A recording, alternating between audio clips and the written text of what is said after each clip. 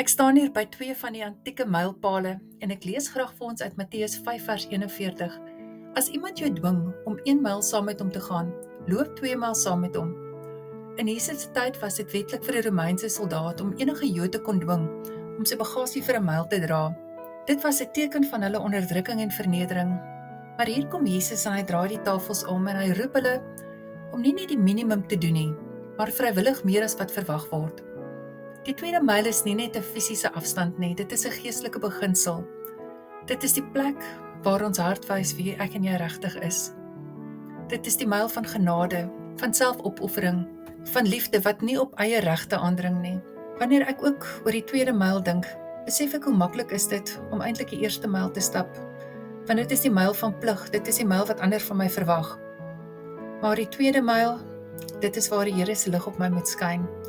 Dit is waar ek nie meer vir myself leef nie, maar vir hom. Die tweede myl vra soms iets wat ek nie wil gee nie.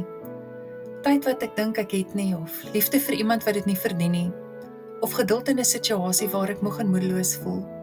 Maar dit is juis hierso, in hierdie ekstra tree en hierdie ekstra myl, dat die Here ons harte kan leer ken.